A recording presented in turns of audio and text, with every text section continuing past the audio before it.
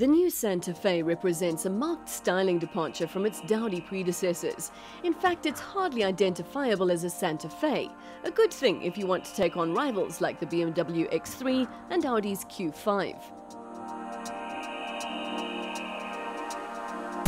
Certain elements like the ridges along the flanks and the sharp kick-up of the rear windows are nods to the X3, but it's in the dimensions that you'll find the closest resemblance. 4.7 meters long and just under 1.9 wide, the Sante Fe is almost identical in size to its German rivals. Gone are the days of pretending that we buy 4x4s to do serious off-roading, and manufacturers like Hyundai have caught on to that with the new Sante Fe.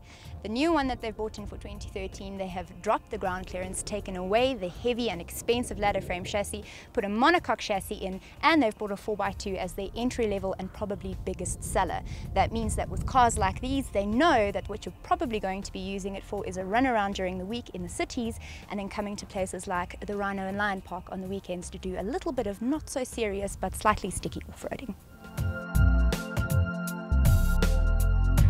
The ground clearance of 185mm is slightly down on its rivals and won't see you scampering up Sani Pass. There are, however, a few useful features like hill start assist and downhill brake control, which helps the driver to maintain control on steep declines. So while Hyundai have always been known for offering value for money, the great thing about them entering the luxury market now is that they've started kitting their cars with things like the sunroof, the satellite controls on the steering wheel, an audio system with all the USB and auxiliary and iPod bells and whistles that you could want, and a very nice electronic park brake with auto hold, which is great for hill start on off-road situations. And that's just the tip of the features iceberg.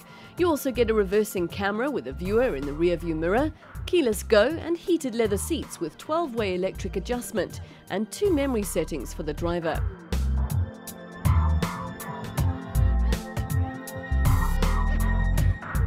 There's ample space throughout the cabin, and rear seat passengers also get reclining backrests.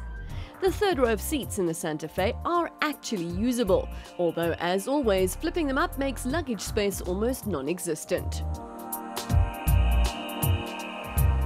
The interior itself is also of a much higher quality than you expect from a Korean brand. The soft touch plastics are also getting a lot better, but there's still a few little rattles and squeaks from the boot and from the doors if you're going over slightly bumpy roads or if you haven't closed the boot lid properly. They've lowered the ground clearance but kept it the same width, which makes it look quite stout. Where the last one was very boxy and aged really quickly, this one will age much better because of the edgy styling. They've gone with Edge of the Storm, which is their philosophy for this vehicle. And when put up against its German competitors, it still looks very modern and it looks like it belongs there.